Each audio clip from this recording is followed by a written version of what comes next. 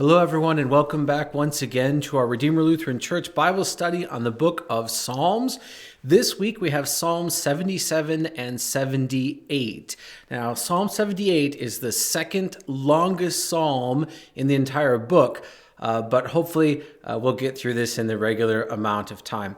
I'm Pastor Eric Kleinschmidt with you once again. If you're looking for our worship service from this past Sunday, that can be found at the link above. Let's get started in Psalm 77. Right off the bat, once again, we are still in the Psalms of Asaph. Okay, we've talked about who that is and who that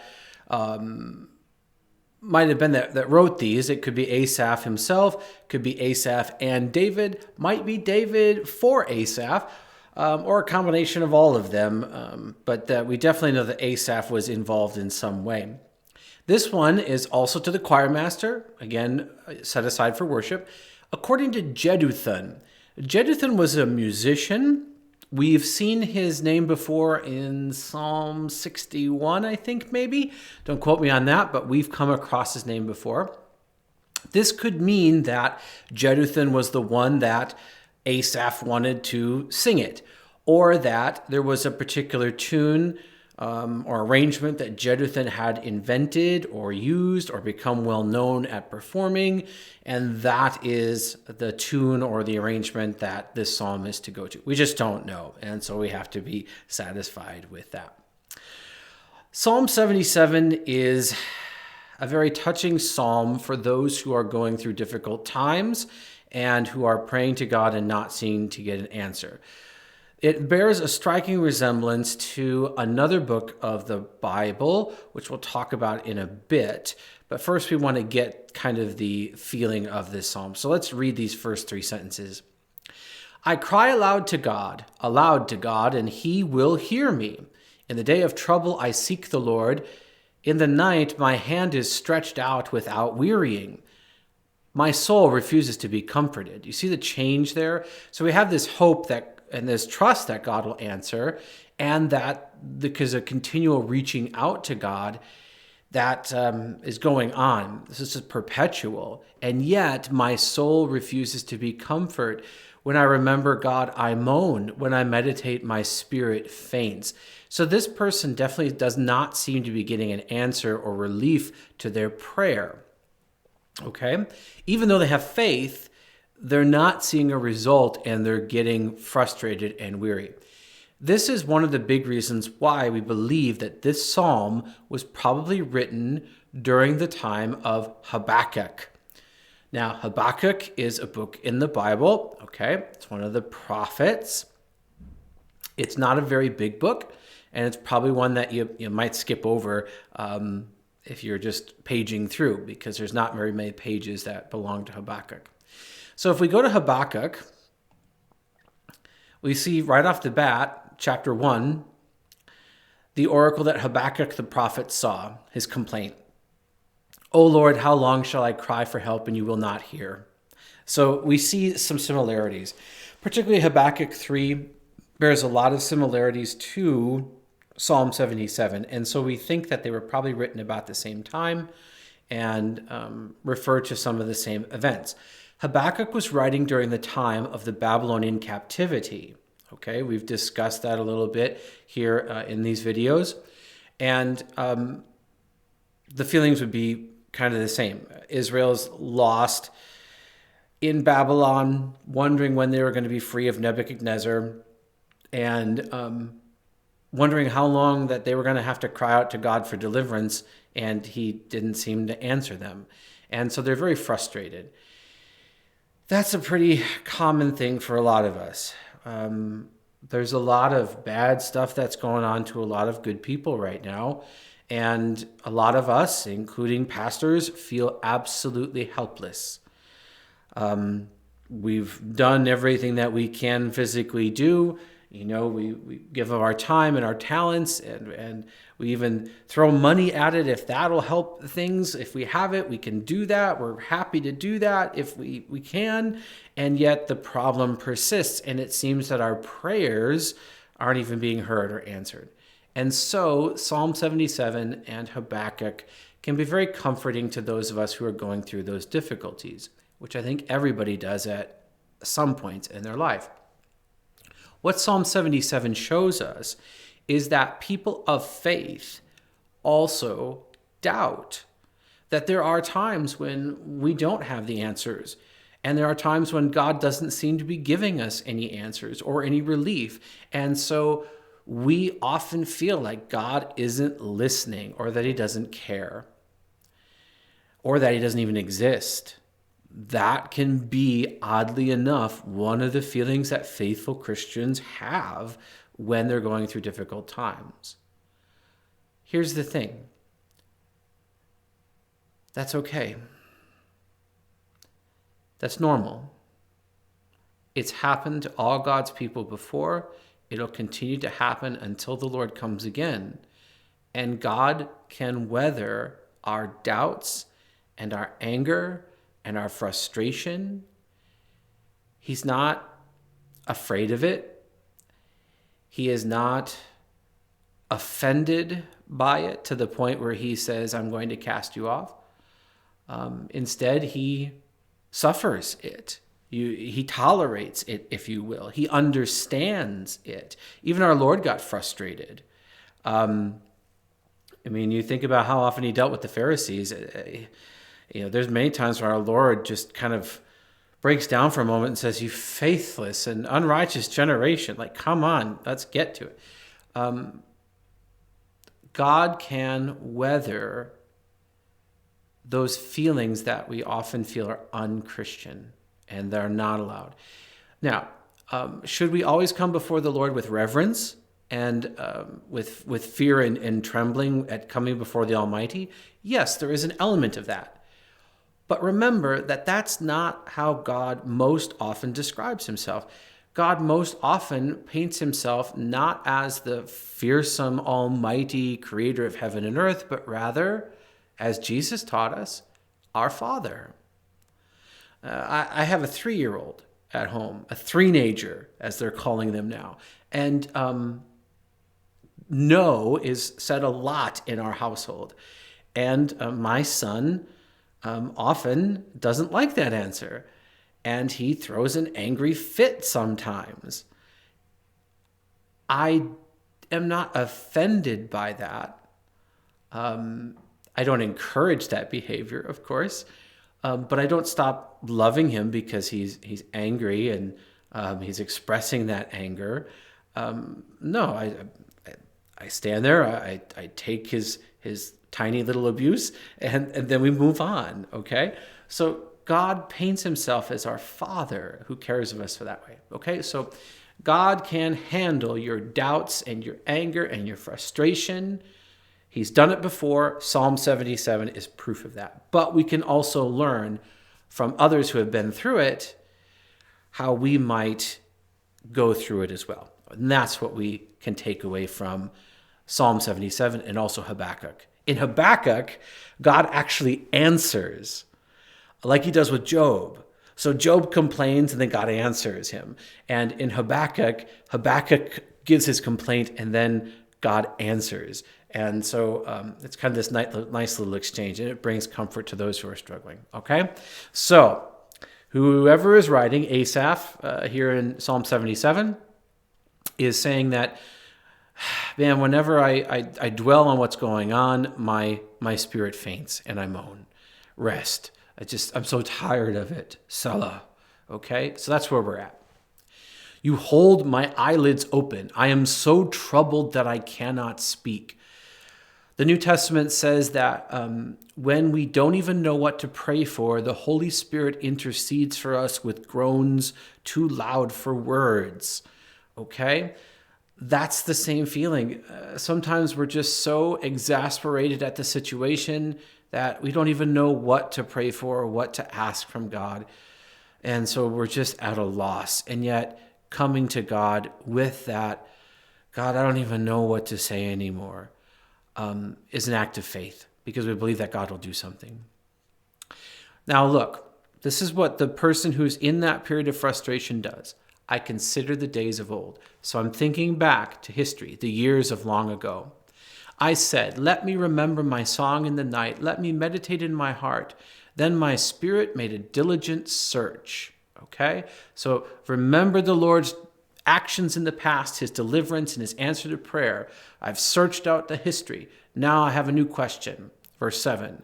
Will the Lord spurn forever and never again be favorable? Has God stopped being the generous and gracious and saving God that he was in the past? Has his steadfast love forever ceased? Are his promises at an end for all time? Look at this one. Has God forgotten to be gracious? Has he in anger shut up his compassion? What a thought. Rest. Selah. I think those are pretty common feelings for people that are struggling or watching other people struggle and not knowing how to help. And so the psalmist is very human.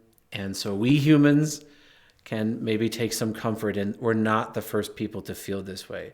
Why does God act this way? Why does he do that? Questions that there are not always good answers to, at least not for us to know. And yet they're common, okay? So the psalmist, I said, I will appeal to this, to the years of the right hand of the Most High. What a strange way to put things. What is the psalmist appealing to? Well, remember what he is considering. He's considering the past, the days of old, the years long ago, all the history of what God has done in the past. He's now saying, I am going to use that history to plead my case. I'm going to use God's history in the past against him now. So I'm going to say, oh God, you used to help your people. Why aren't you helping us now? Okay? You've made promises that you kept, oh God. Are you going to give up those promises now? Okay? So that's kind of what this is, a rhetorical argument, all right? I would not going to say it's a dirty trick on God, because God, of course, isn't caught off guard by this. So what's the purpose of reminding God of his promises? Does God ever forget his promises? Of course not. Who does forget his promises? Or who doesn't always believe in them? That's us. So reminding God of his promises, using his past against him, isn't really for God's benefit. It's for ours, even though we think we might be forcing God to do something. Like God forgot that he loves us, and so we have to remind him, and he goes, oh, okay, I'll help you out now. No, God doesn't forget, and we know that. So this is more for our benefit than it is for his, and yet we have to put it in this way because sometimes we feel that we're at odds with God. So I will appeal to this history, to the years of the right hand of the Most High. I'll use what he has done in the past against him now to get him to act, is kind of what the psalmist is saying. But remember, it's really not for God's benefit, it's for his. I will remember the deeds of the Lord. Yes, I will remember your wonders of old. See, notice how it's him that's remembering, not God. Not, I will make God remember the deeds of old. I will make him remember the wonders in the past. No, I will. It's for my benefit. I will ponder all your work and meditate on your mighty deeds. Your way, O God, is holy. What God is great like our God? It's a rhetorical question, obviously. You are the God who works wonders. You have made known your might among the peoples. We're going to see all that in the next psalm, which is probably why these psalms are paired together, because Psalm 78 is very much an answer or a recounting of all the things that Psalm 77 is talking about. Okay? A little bit of a preview. You are the God who works wonders. You have made known your might among the peoples. You with your arm redeemed your people. So you've fought for your people, the children of Jacob and Joseph, the people of your covenant. And now we rest in that God's gracious history is true. Okay? When the waters saw you, O God, when the waters saw you, they were afraid. Indeed, the deep trembled. The clouds poured out water. The skies gave forth thunder. Your arrows flashed on every side. Arrows flashed on every side. That's a language for lightning, okay? The crash of your thunder was in the whirlwind. Your lightnings lighted up the world. The earth trembled and shook. Your way was through the sea, your path through the great waters. Yet your footsteps were unseen. You led your people like a flock by the hand of Moses and Aaron. All right, so when do we get pair walking with great waters? Of course, going through the Red Sea. Egypt, they've come out of Egypt. Egypt's following them. Who's going to rescue us? It's an impossible path. Moses parts the Red Sea. The people walk through on dry ground, okay? So very much recounting that saving act in Israel's history.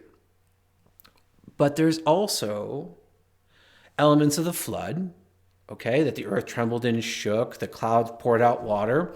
Another place where if you were Noah in the ark, it would see like there's no salvation from this worldwide catastrophic event, and yet God kept his promise and kept Noah and his family safe in that ark, okay?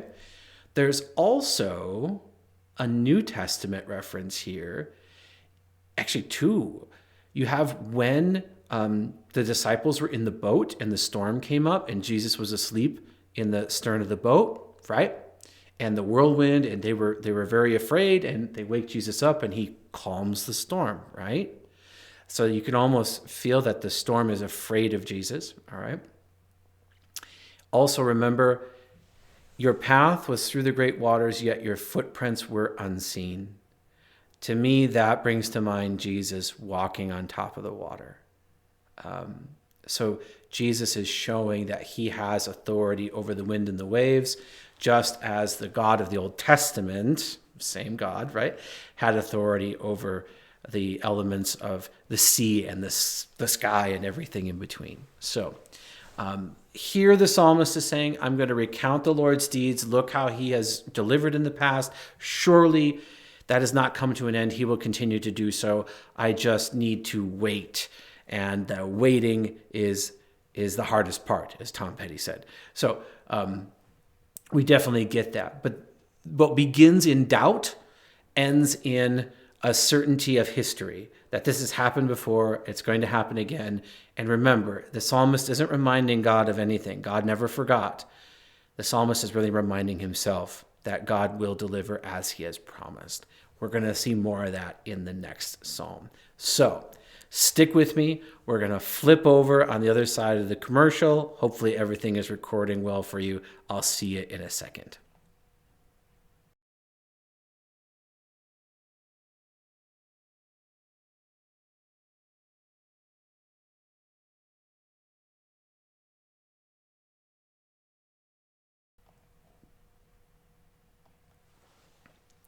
All right, here we are back for Psalm 78. Hopefully everything recorded well for you.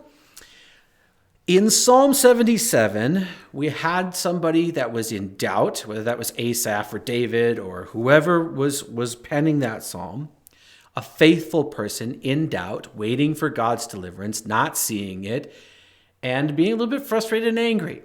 And their solution was to go back to their history and remember all the times that God kept his promises. We're going to see that now in Psalm 78. This is listed as a maskil of Asaph. Again, what exactly a maskil is, we don't know. It might be more of a lament because of the content. So maybe this was a little bit more of a snarly tune hymn or something. I don't know. We also don't see that this is addressed to the choir master. So maybe this was not intended to be used in worship. Maybe it was too personal for Asaph to do that. Or maybe it was. Maybe a maskil by definition was used in worship. I have no idea. And it's just a part of ancient Hebrew worship that we just don't know about. And maybe someday there'll be some archaeological find that'll shed some light on these terms. But for right now, we are just really in the dark about what they mean. Okay? So let's look at the words. Give ear, O people, to my teaching. Incline your ears to the words of my mouth. I will open my mouth in a parable. I will utter dark sayings from of old, things that we have heard and known that our fathers have told us. Okay, it definitely seems like the person that is speaking is a Hebrew who is going to tell his kinsmen about the stories they grew up with. All right, things they did not witness, but they have been told of old are part of their history. But for them, They did not witness, okay? And so it seems like it's dark wisdom that, not that it's evil, but just that it's not as clear as something that happened last week, okay? And that the parables, things from history generally take on lessons. So with telling the actual account of what happened, there's a commentary by later generations that say what we've learned from that, or wise sayings. And parables kind of take that on as much as fictional fables might. Okay, so you tell this odd story, and then there's a moral to the story, kind of a thing. That's kind of the same thing that's happening here, and yet what the Hebrews are recounting are actual events that happened. They're not just made up fiction. Okay, but as time goes on, more wisdom is drawn out from them by further generations. And that's what the psalmist is going to recount, the things that our fathers have told us. So we know that the faith was passed on from parents to children.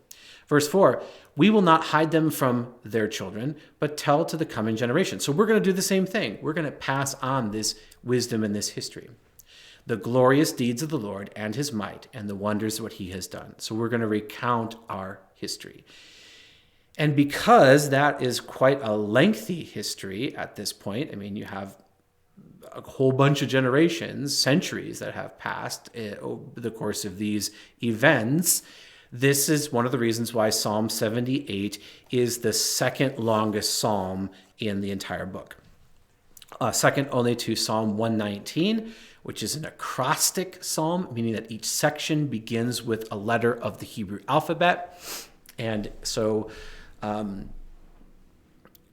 it's quite lengthy, and that's why you see it broken up. And in worship, we'll often say that Psalm 119 verses 12 through 14, the section marked Gimel or something like that. And you're like, what are you talking about? Well, that's a Hebrew letter, okay?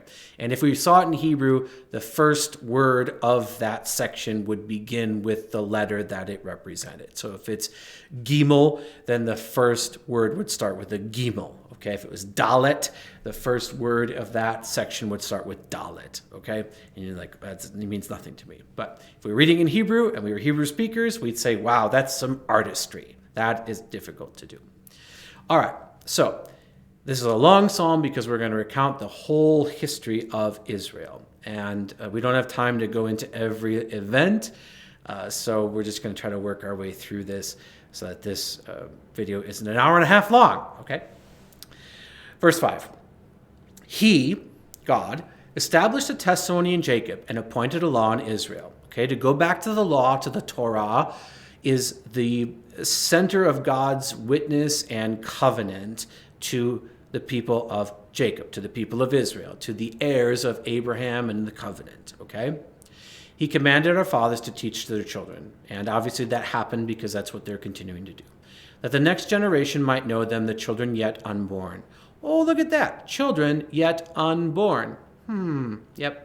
So once again, a witness from the scripture that people are people from conception even onward. And because they are known from God and God knows the future, they're people even before they're physical people here, as weird as that might sound, I guess, because God considers them precious and created. He knows they're going to exist, so he acts as if they're already here.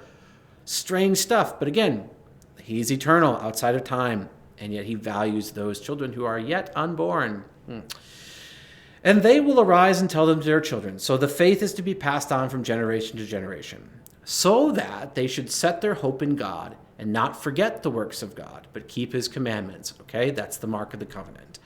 That they should not be like their fathers, a stubborn and rebellious generation.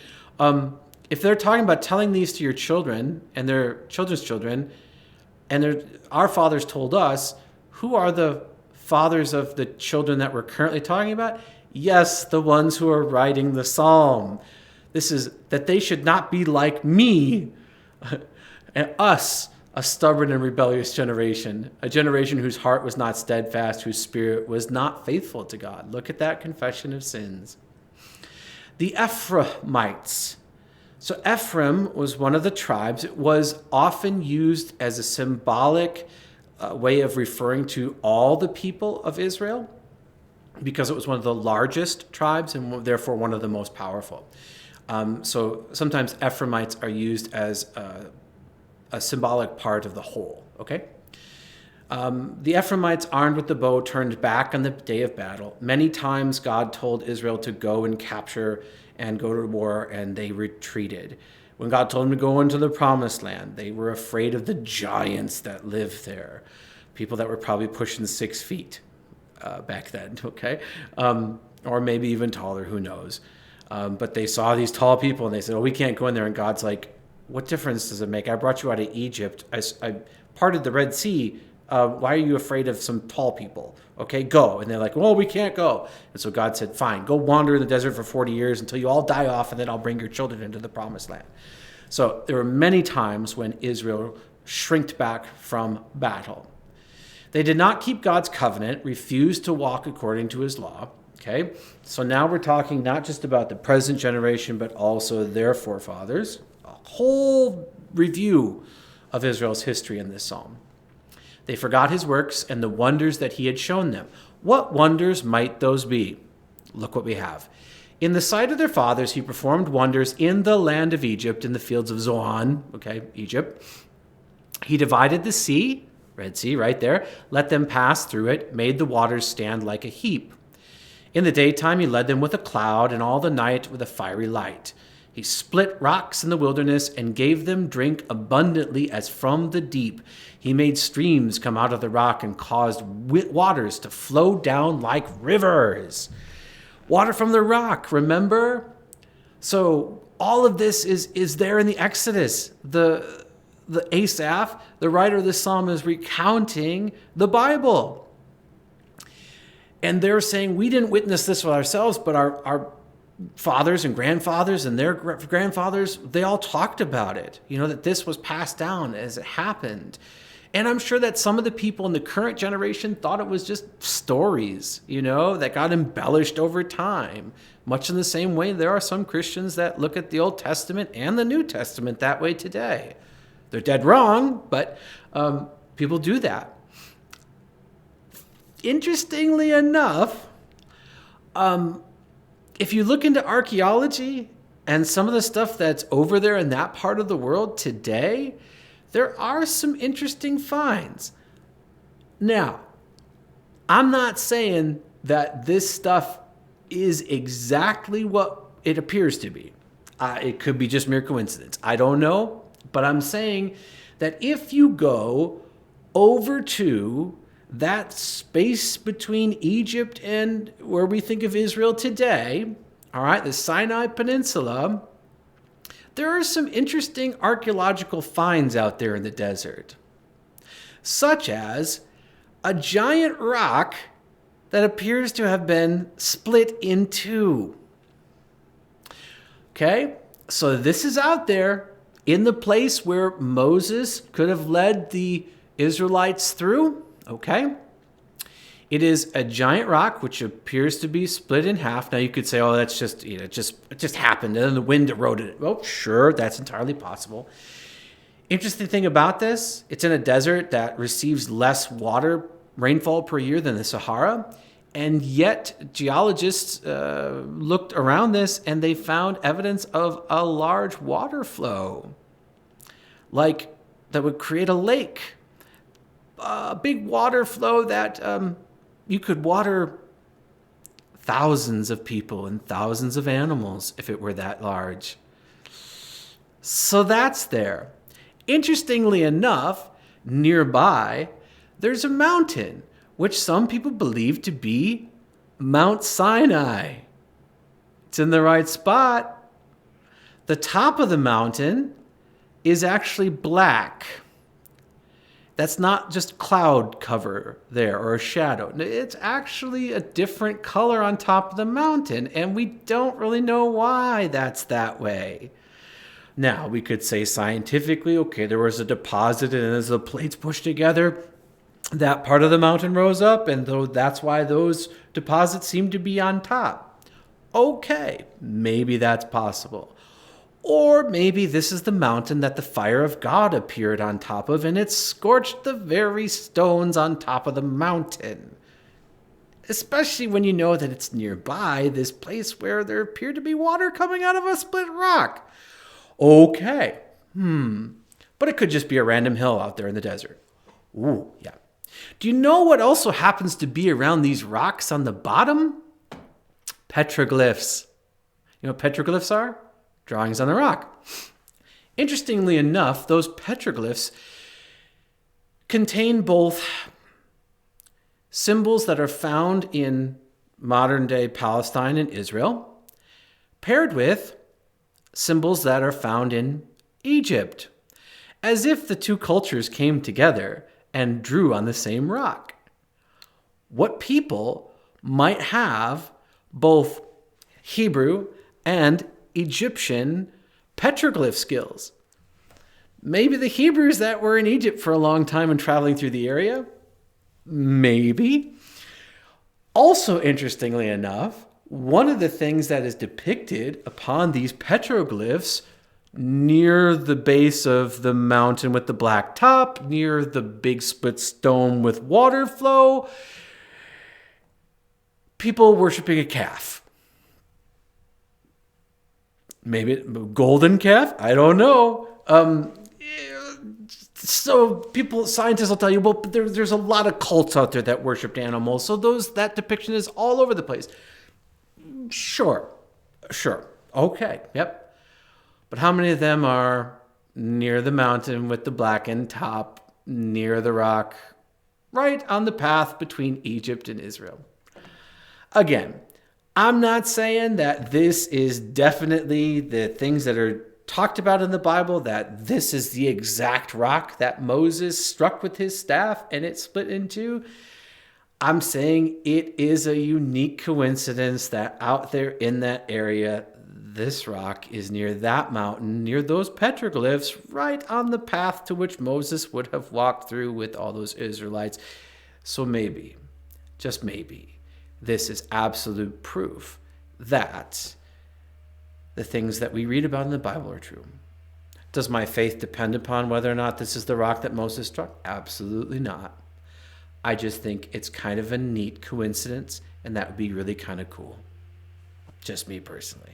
So spend some time, if you really want to, look that up on the internet. There's some really great pictures out there of these, people going there and standing there and checking it out. There's some videos I found on YouTube too. People actually could go there. Unfortunately, because of the unrest that's over there, some of these sites you can't get to. I don't think any of them have been destroyed. ISIS went through and destroyed a lot of stuff in that area. I don't think they got to any of these, but I could be wrong. But anyway, there's some really good pictures and stuff on the internet. Love the World Wide Web for that. So anyway, coincidence? We'll find out. I don't know. Have to wait till the Lord comes again. Okay. So he made streams come out of the rock. Yep. Caused rivers to flow down like waters to flow down like rivers. Yep. All right. Let's continue recounting the deeds. Yet they sinned still more against him. Oh, yes, they did. The entire Old Testament is a record of that. Rebelling against the Most High in the desert, they tested God in their heart by demanding the food they craved. They spoke against God, saying, "Can God spread a table in the wilderness?" Yes, he can. I was just thinking, the psalm, that he spreads a table before me in the presence of my enemies, right? My cup overflows. God fulfilled that. He struck the rock so that water gushed out and streams overflowed. Can he also give bread or provide meat for his people? Oh, yes, he can. Therefore the Lord heard. He was full of wrath. A fire was kindled against Jacob. His anger rose against Israel because they did not believe in God, did not trust his saving power. Yet he commanded the skies above and opened the doors of heaven, and he rained down on them manna to eat and gave them the grain of heaven.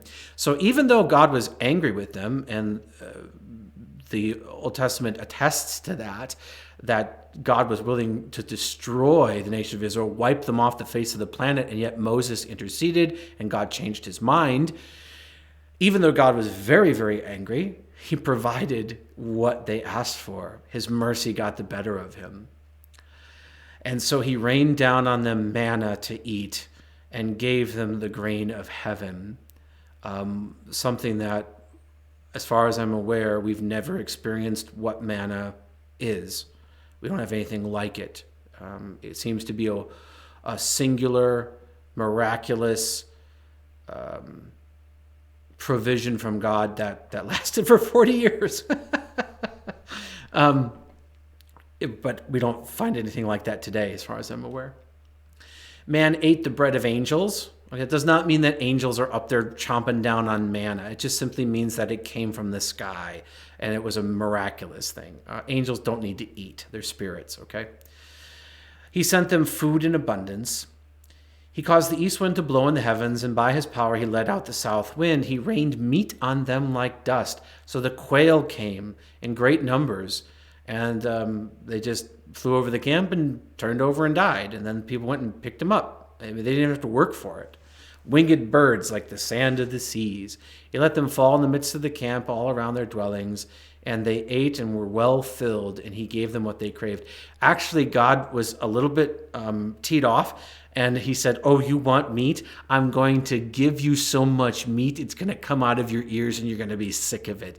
But I'm going to give you the quail. Yep. Oh, yeah. So God was doing a little bit of parenting there. Be careful what you ask for. But before they had satisfied their craving, while the food was still in their mouths, the anger of God rose against them. He killed the strongest of them and laid low the young men of Israel. As soon as they got what they wanted, they rebelled. And so God punished them again. In spite of all this, they still sinned. Despite his wonders, they did not believe. So he made their days vanish like a breath and their years in terror. They wandered for that 40 years.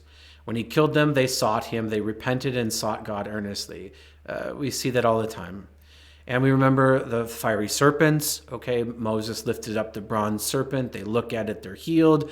Jesus quotes that when he says, just in like manner, the Son of Man must also be lifted up, that anyone who looks on the Son and believes in him will be saved. So this is a pattern. Again, we're recounting the whole history of Israel here. They repented and sought God earnestly. We often need to be brought low before we'll seek God. They remembered that God was their rock, the Most High, God their Redeemer. But they flattered him with their mouths. They lied to him with their tongues. Again and again, Israel says, we'll be good, God. Yep. Then they don't. Sound like anybody else you know? Yeah, we repent and we say, God, I'm so sorry for this. And then we go right back out and do it again. Again, that doesn't surprise God at all. He knows that. He's been dealing with it from the beginning. Their heart was not steadfast toward him. They were not faithful to his covenant. Yet he, look at the opposite. So there's a juxtaposition of the faithlessness of God's people and the faithfulness, and we would say even the astounding, extravagant mercy of God. So he, being compassionate, atoned for their iniquity and did not destroy them. He restrained his anger often, that's an understatement, and did not stir up all his wrath. He remembered that they were but flesh. Okay, he made them. A wind that passes and comes not again. That they're a blink in the eye. Wind references the breath that God breathed into Adam, of course, and gave him life. Okay. How often they rebelled against him in the wilderness and grieved him in the desert. They tested God again and again and provoked the Holy One of Israel. Interesting, the Holy One of Israel is often depicted as God's deliverer, definitely overtones of the Messiah. So here we have a unification of God and the Holy One, and so we might say God the Father and Jesus. I think there's definitely some evidence here of what Jesus says later, that I and the Father are one, a Trinitarian reference here.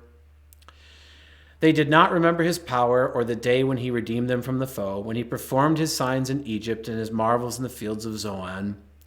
He turned the rivers to blood. Okay, remember, that was the first plague.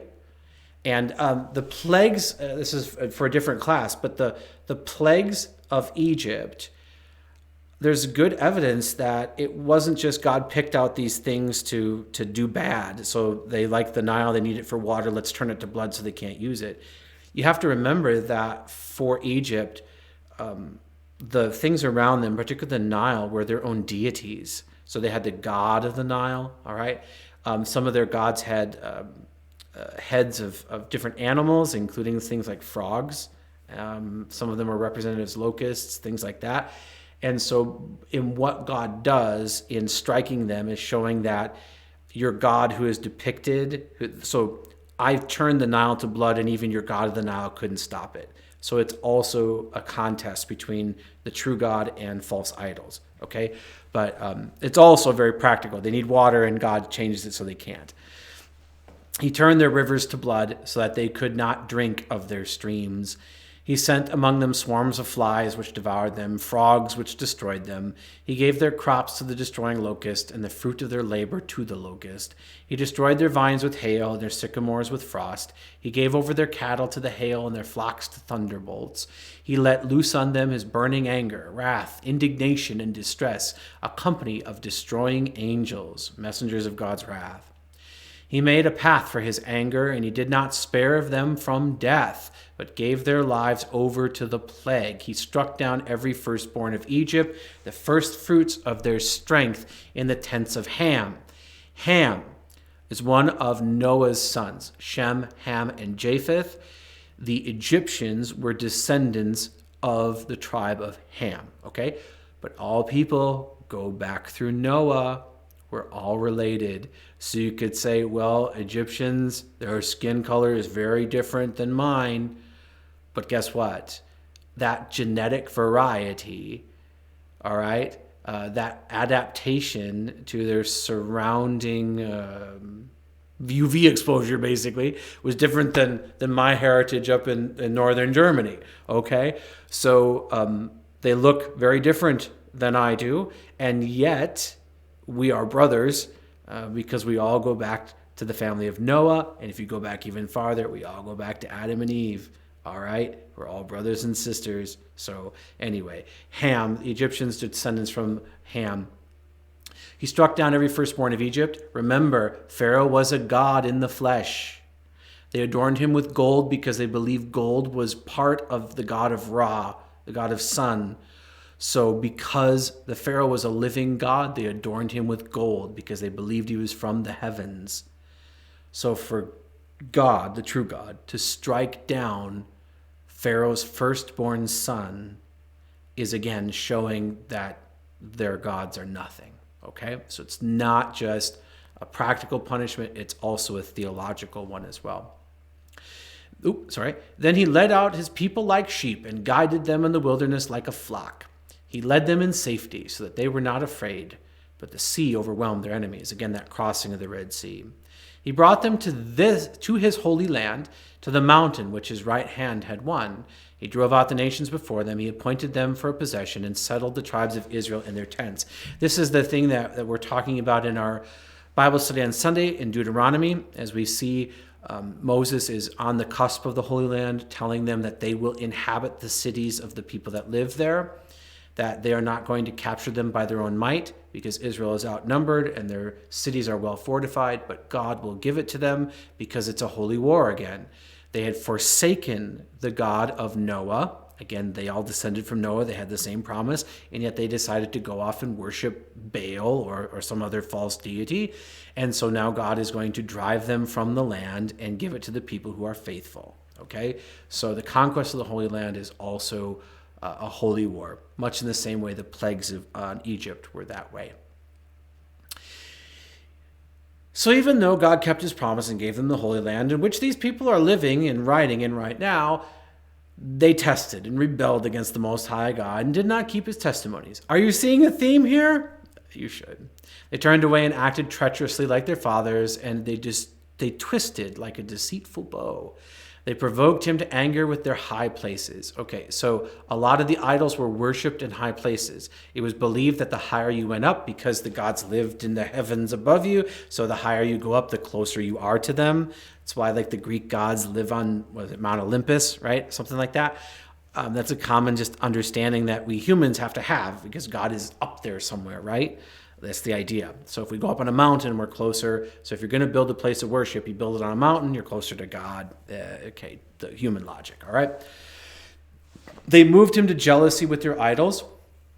God says, Exodus 20, I, the Lord your God, am a jealous God, visiting the sins of the fathers to the third and fourth generation of those who hate me, but showing love and compassion to 1,000 generations of those who love me and keep my commandments. He uses that language, jealousy.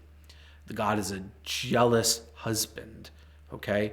And when his people go off and worship something else, he treats it like adultery, is how he looks at it. That's over and over. It's a theme throughout the whole Bible, that we are married to God. And that's how he structures our relationship, as marriage.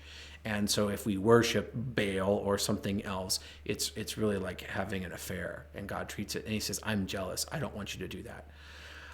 When God heard, he was full of wrath, and he utterly rejected Israel. He forsook his dwelling at Shiloh, the tent where he dwelt among mankind. So the tabernacle of God, the Ark of the Covenant, originally was not in Jerusalem. It was at Shiloh, and it remained there until after the captivity. When it came back, David took it to Jerusalem, where eventually the temple would be built. So it moved, and Jerusalem became the center of worship. But before that, the tabernacle of God, the Ark of the Covenant, God's presence was at Shiloh.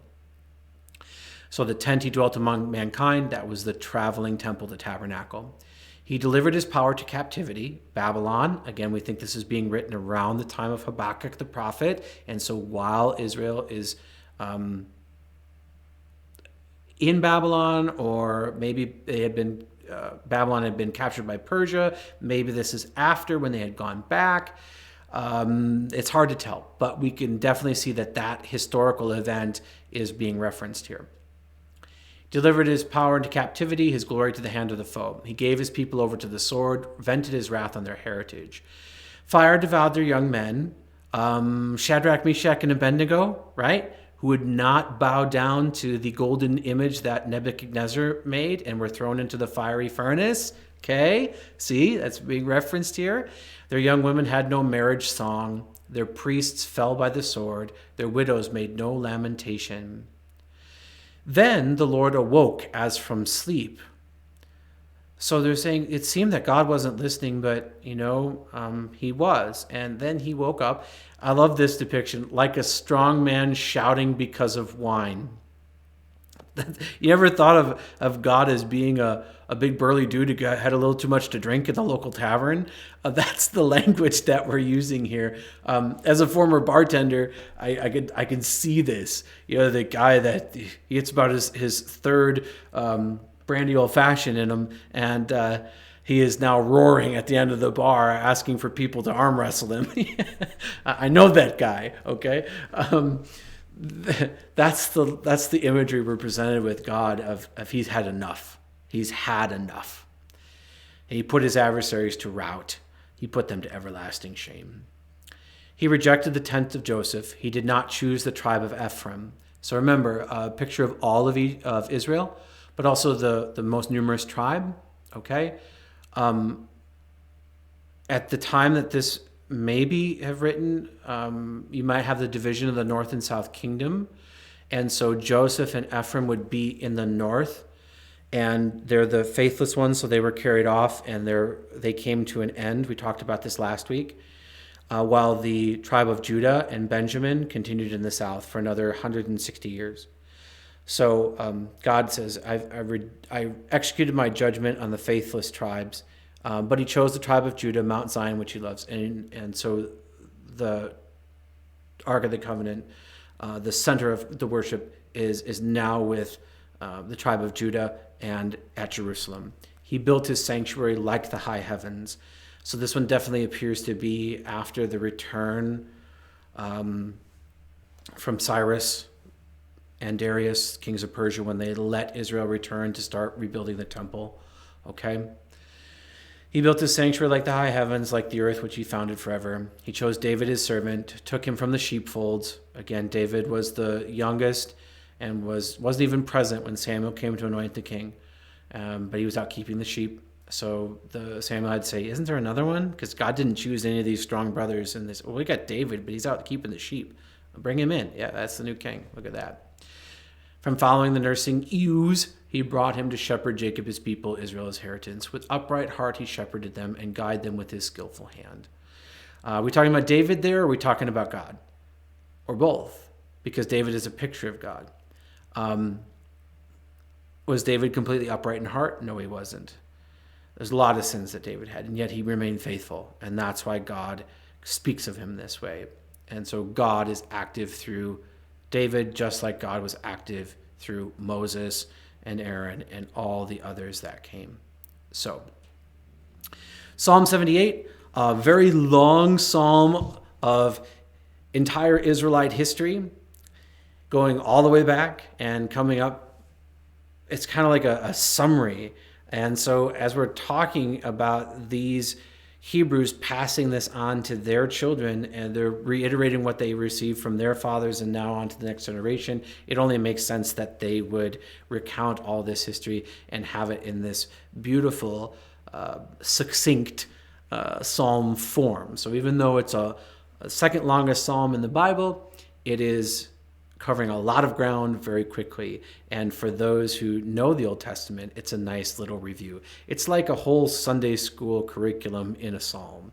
And so that's what you got in Psalm 78. Thank you for trekking through Israel's history with me and looking at some of the archaeological finds that are out there in the world even now. Maybe there's more to be found too. Again, our faith does not depend on such proofs.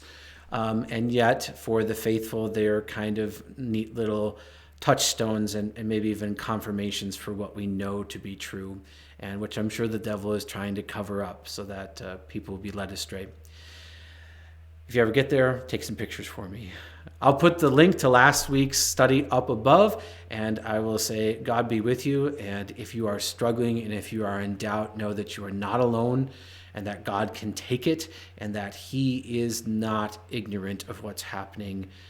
He's just taking his time, and that can be frustrating, and we don't understand it, but he always wins in the end. God be with you, and Jesus bless you. Thank you.